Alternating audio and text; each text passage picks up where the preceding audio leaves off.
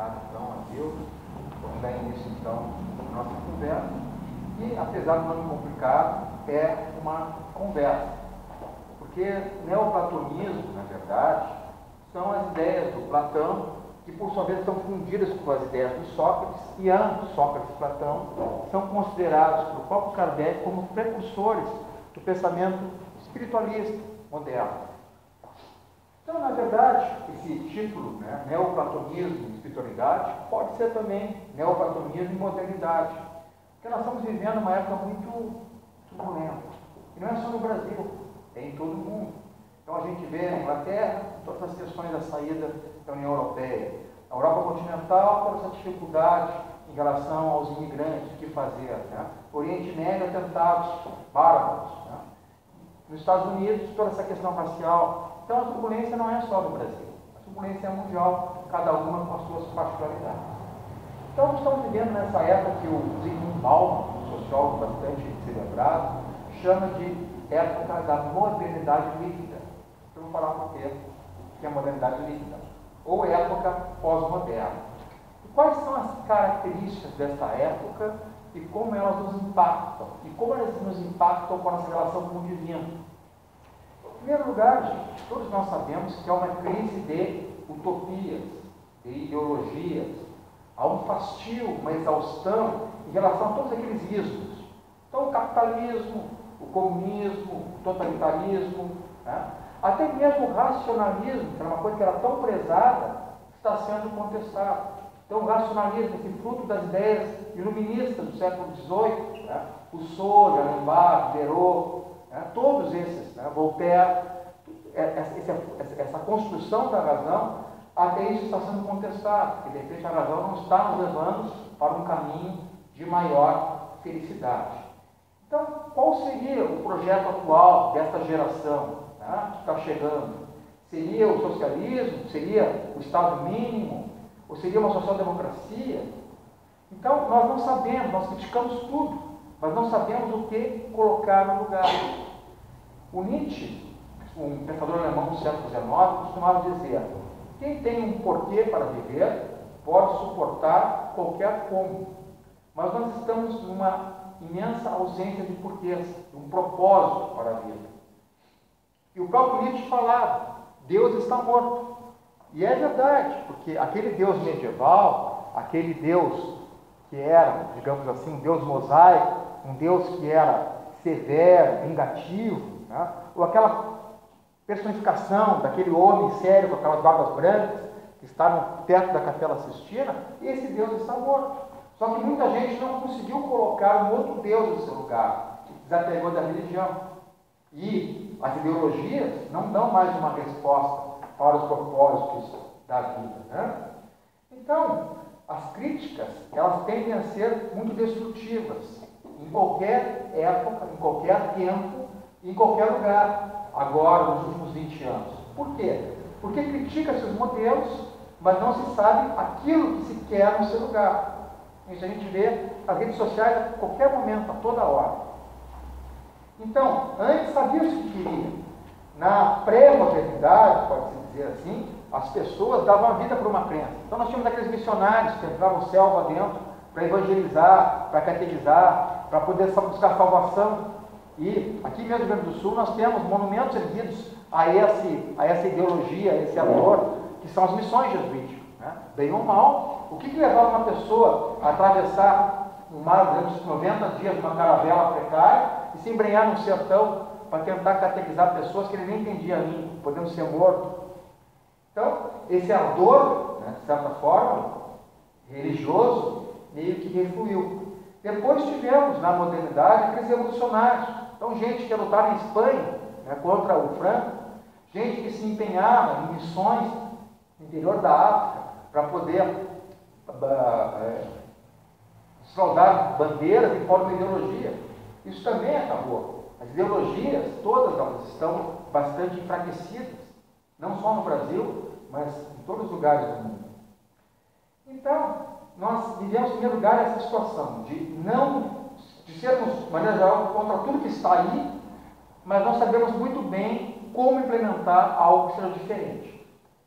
E vivemos numa situação de muita liberdade. E essa liberdade, que seria boa em teoria, acaba na prática descambando para uma situação de ansiedade generalizada. Então vivemos uma época de angústia sem paralelos em tempos anteriores. Então, na modernidade dita sólida, não na modernidade líquida, né? Mas na modernidade sólida, dos anos 30, 40, 50, o local em que se nascia, a religião que professava a família, a profissão dos pais, o status familiar, de certa forma condicionava os caminhos, dava uma moldura onde se podia caminhar. Qual era, Zilda, a perspectiva de uma moça que nasceu nos anos 40, de Jaguarão? Né? Secretária, professora, né? Estancieira. Né? Então não existiam assim muitas possibilidades.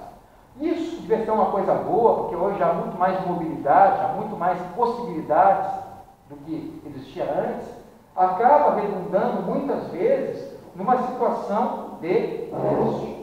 Esse leque de escolhas, que deveria ser bom, acaba trazendo essa perturbação em função dos riscos inerentes a escolhas muito arrojadas. Hoje você pode fazer escolhas como até mesmo se mandar para a Síria para lutar ao lado do Estado Islâmico. Temos famílias aqui mesmo no Rio Grande do Sul que tiveram jovens, né, despertados, digamos assim, chamados por um tipo de aceno dessa já é. Então, no Brasil, imagina, alguém se desloca para lutar, para compartilhar o ideário do Estado Islâmico. Não estamos fazendo nenhuma crítica a nenhum tipo de religião aqui, nem o islamismo, nem o judaísmo, apenas, né, dizendo que é alguma coisa impensável há 50, 60 anos atrás. Hoje é uma realidade e acomete com as famílias próximas da nossa, famílias gaúchas. Então, essa extrema possibilidade de escolhas, tá, acaba trazendo riscos, e esses riscos trazem inquietação. Então, como o futuro é incerto, ainda ele pode ser muito bom, a probabilidade é boa, mas como o futuro é muito incerto, não é uma coisa mais certa como era na modernidade sólida, digamos assim, trazemos essa angústia, trazemos essa inquietude e não ficamos confortáveis pensando no futuro. Então, há uma tendência a ter um foco demasiado no agora. Então, queremos tudo ao mesmo tempo agora. Então, esse foco demasiado no presente, ele acaba deturpando uma coisa que seria boa, porque viver no passado é ruim. Nós estamos apegados, não sentimento de culpa, algo que já aconteceu e não podemos mais modificar. Viver no futuro também é complicado, porque é algo que ainda está por vir. É algo que não devemos nos preocupar de forma demasiada. Mas o foco exacerbado no agora acaba prejudicando, digamos assim, um planejamento, acaba prejudicando um redimensionamento espiritual, uma adequação da nossa personalidade, a aquisição de novas virtudes, a eliminação de vários defeitos, porque ficamos, de certa forma, paralisados no agora, preocupando apenas com um momento novo. Né? Então, isso acaba gerando um ultra-individualismo e acaba gerando também, é claro, uma superficialidade das relações interpessoais, seja no bojo da família, seja entre amigos, seja entre casais, os vários tipos de casais que existem hoje. Então, valoriza-se o quê? O instantâneo, o veloz, o rápido, o que se movimenta como se fosse uma corredeira, o que flui sem parar. Ou seja, isso, gente, o que não se fixa é a famosa modernidade líquida, de que tanto se fala. Então, fazendo uma metáfora aquífera, aproveitando o bojo ali, pode-se dizer que o feudalismo, a idade medieval, era um remanso, né? Bem lento. Né? O século XIX foi um córrego. No século XX entramos uma corredeira, e agora estamos no meio de uma cachoeira. Não sabemos para onde estamos indo. Não sabemos o que colocar no lugar dessa cachoeira. Né? Então, essa cachoeira de emoções, de impulsos, de desejos, as coisas estão se personificando e as pessoas estão se coisificando. O certo seria nós amarmos as pessoas e usarmos as coisas, mas muitas vezes acontece o contrário, nós estamos amando as coisas e usando as pessoas. Em contrariedade ao que o próprio Kant dizia, né, que todo homem é um fim em si mesmo, nenhum homem é um fim para os desejos de outra pessoa. Então nós não estamos seguindo a máxima kantiana. Então há uma inversão. ao invés de amar as pessoas e usar as cores, estamos fazendo o contrário.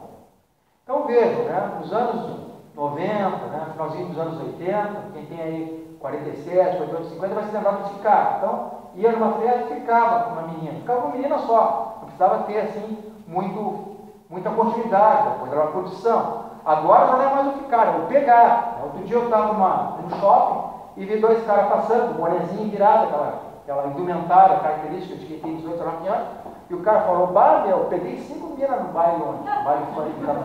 Pegou, então não é mais o ficar, agora é o pegar, quer dizer, há uma coisificação maior, parece que é um medo da ligação mais forte, aquela ligação mais forte era o ficar, a ligação dos anos 50, 60 era o namoro, né? Então há um pavor assim do contato. E mais, né, gente, nos próprios perfis de redes sociais, as pessoas às vezes se tratam como mercadoria. Então há aquela ideia, né, do marketing contemporâneo de se vender, precisa saber se vender. Mas o que é isso, né? A gente tem que olhar essa questão com um pouco de crítica também, né?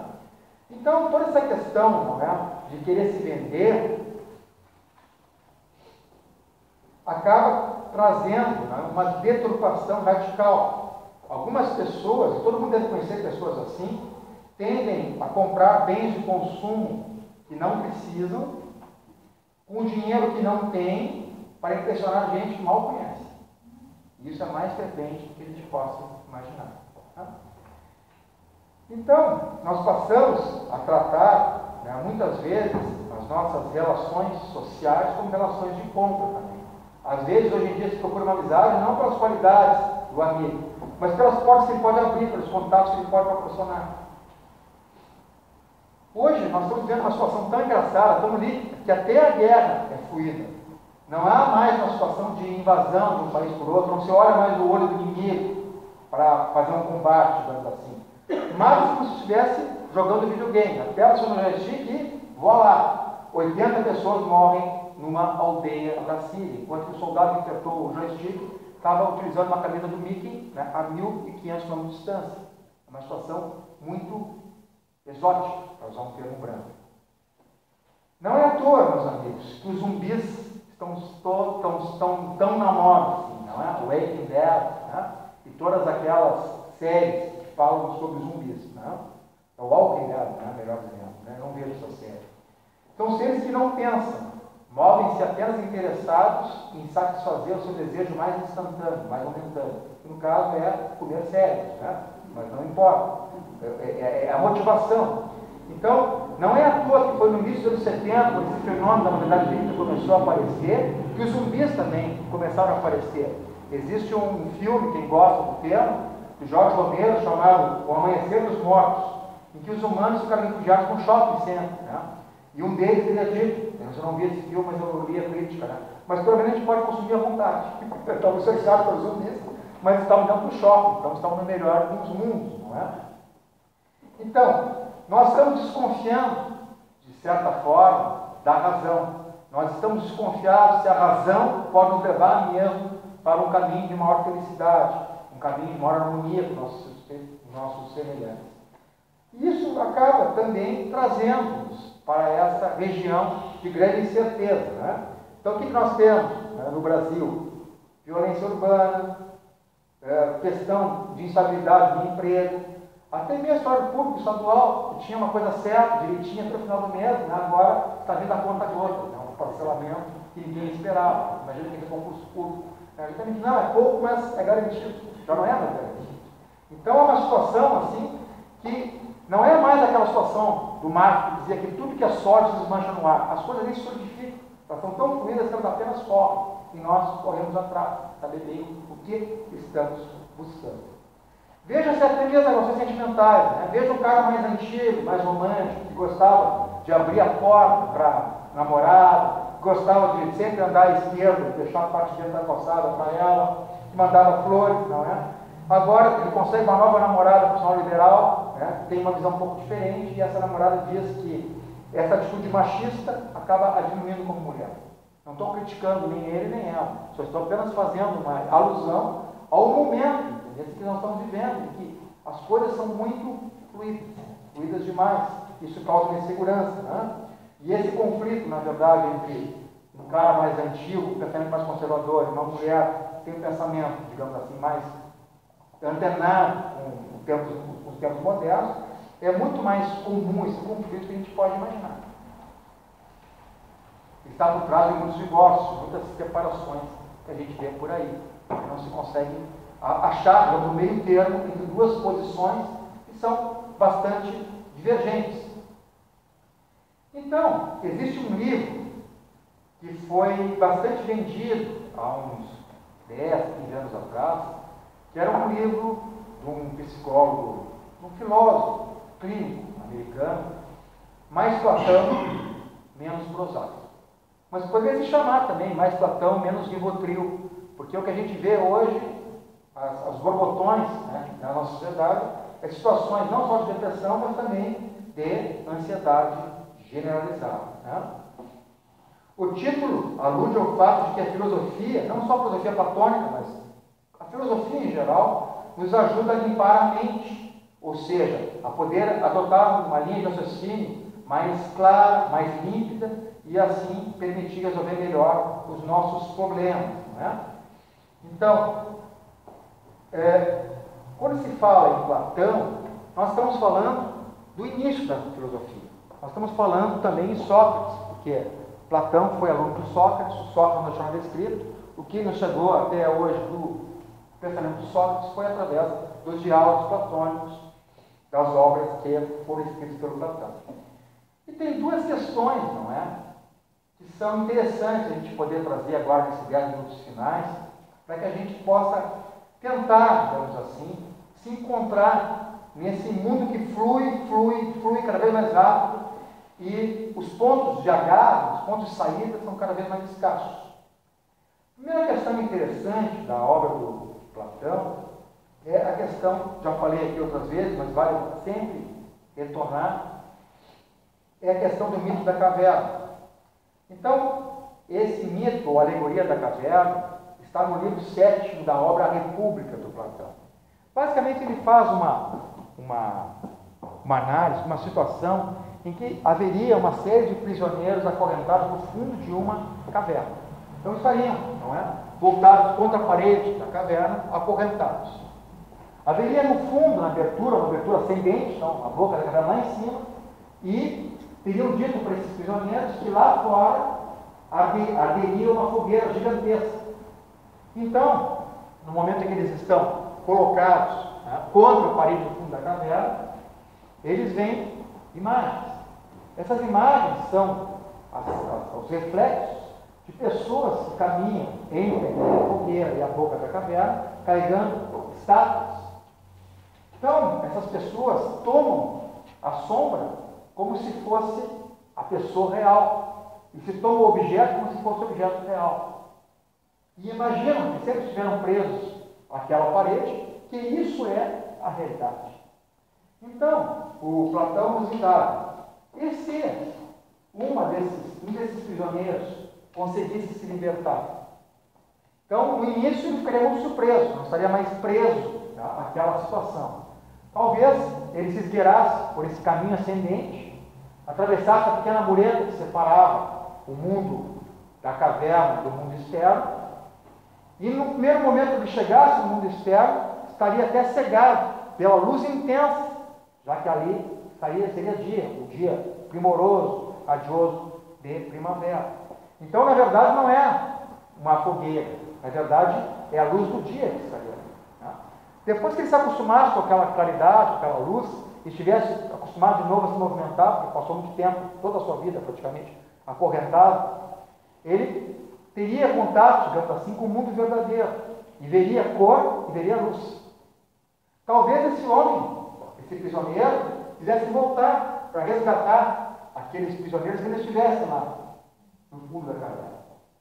Mas talvez, diz Platão, talvez fosse muito provável que ele seria zombado, porque não acreditariam nele. E talvez ele insistisse muito, talvez ele até fosse agredido por aqueles que insistiam em tomar as sombras como a realidade. Então vejam como essa alegoria ela é forte, porque se pode dizer, claro, existem várias interpretações desse texto, Então, uma interpretação filosófica materialista diz, né, que o homem que escapa é o filósofo, e ele tenta trazer a luz da verdade para aqueles, né, que ainda estão longe da filosofia, que aqueles que mataram Sócrates, naquele julgamento que foi feito e que ele foi condenado a viver cicuta. Então, é uma interpretação. Mas pode fazer uma outra interpretação, porque Platão acreditava na reencarnação. Platão, inclusive, estudou muito os mitos órdicos. E os mitos órdicos, né, eles estão correlacionados à filosofia budista, filosofia hindu, ou seja, esses conhecimentos milenários da reencarnação foram buscados no Oriente e chegaram através do pensamento órfico, através de Pitágoras, até o século de Péricles, aquele século de Sócrates, depois Platão viveu. Então ele acreditava na reencarnação. Existe uma concepção platônica da alma bastante interessante, que se houver oportunidade, como tem que desenvolver aqui na região, uma outra oportunidade. Mas o fato é que essa alegoria da caverna pode ser entendida como uma caverna, um mundo material, o mundo das coisas que nós estamos hoje submetidos. Enquanto que o mundo maior, o mundo de luz, seria o mundo espiritual, onde nós estamos destinados a brilhar se conseguirmos subir essa senda ascendente que o filósofo subiu ao se libertar. Então é uma questão bastante interessante. Nesse mesmo livro, A República, também há um outro mito, que é o mito de Hera, que está diretamente correlacionado também à ideia da reencarnação. Então, na República, o Platão desenvolve uma teoria que já tinha sido desenvolvida por ele numa obra anterior, no Meno, chamada Teoria da Reminiscência. Ele diz o seguinte, tudo aquilo que nós conhecemos, nós já tivemos um conhecimento prévio. Aonde? Numa vida anterior, no plano espiritual. Então, que na verdade, o conhecer seria apenas rememorar. Isso é claro, para quem já tem um caminho evolutivo, né? Como ele certamente já deveria ter, e estava em missão ao reencarnar na Grécia do século IV a.C. Então, de acordo com o Platão, o Hera seria um soldado assírio, babilônico, que morreu e que foi levado para o reino dos mortos. Então, quando ele chega, né, no seu julgamento, digamos assim, ele fica sabendo que ele terá que retornar. E ele fica sabendo também que todas as almas renascem em outras vidas para se purificarem de seus erros passados até não precisarem mais voltar para a Terra. Que interessante, não é exatamente a mesma coisa que dizem as filosofias orientais, não é a mesma coisa que diz o próprio Espiritismo, que diz que o nosso ciclo de nascimento nesse planeta permanece até que tenhamos uma evolução tal que a nossa reencarnação pode se dar, que a nossa reencarnação nesse plano não será necessária e que podemos continuar evoluindo, então só no plano espiritual. Então, 400 anos antes de Cristo, já foi colocada na República essa noção. E mais, no caminho de retorno à Terra, esse Hera ficou sabendo que as almas atravessavam uma grande planície por onde cruzava um rio chamado Rio Letê, o rio do esquecimento, onde deveriam beber de suas águas.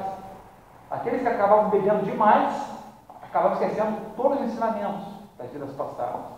Enquanto que aqueles que bebiam de menos, por algumas circunstâncias, conservavam os ensinamentos. Talvez até explique aquela situação dos grandes virtuosos, né?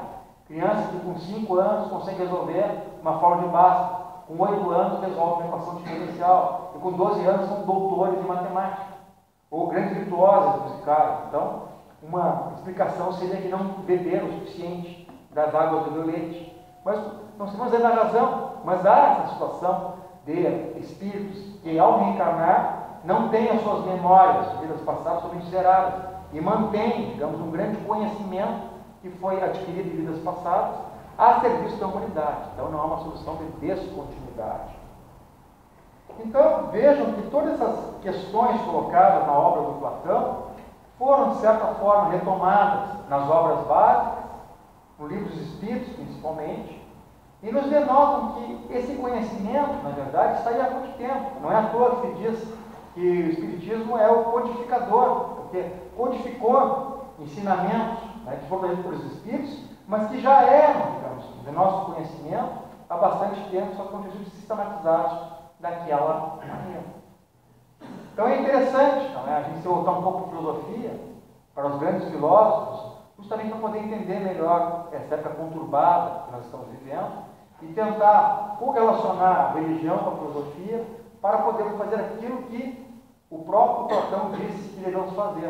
Né? Aliás, Platão, citando Sócrates, nos conhecer a nós mesmos. Conhece-te a ti mesmo, vai dizer o Sócrates. Na verdade, estava escrito no tempo de Delfos, desde o século 8 a.C. E o Sócrates apenas repetiu e o Platão escreveu. Porque só nos conhecendo, a gente tem condições de, pouco a pouco, paulatinamente, adquirir qualidades novas que nós não temos ainda, virtudes, então, inéditas, que vamos fazer sermos pessoas melhores, e ao mesmo tempo combatermos os velhos vícios, nossos velhos defeitos, que são aqueles que todo mundo tem, o egoísmo, o orgulho, que todos nós temos, em maior ou menor grau, procurando atenuá-los, até chegarmos a um ponto em que poderemos, então, ajudar o próximo, e em ajudando o próximo, ajudaremos a nós mesmos. Como já dizia Gandhi, quem acende uma luz é o primeiro a iluminar-se. Então, muito obrigado pela atenção de vocês. Vou pedir para o Gonçalo fazer a prece.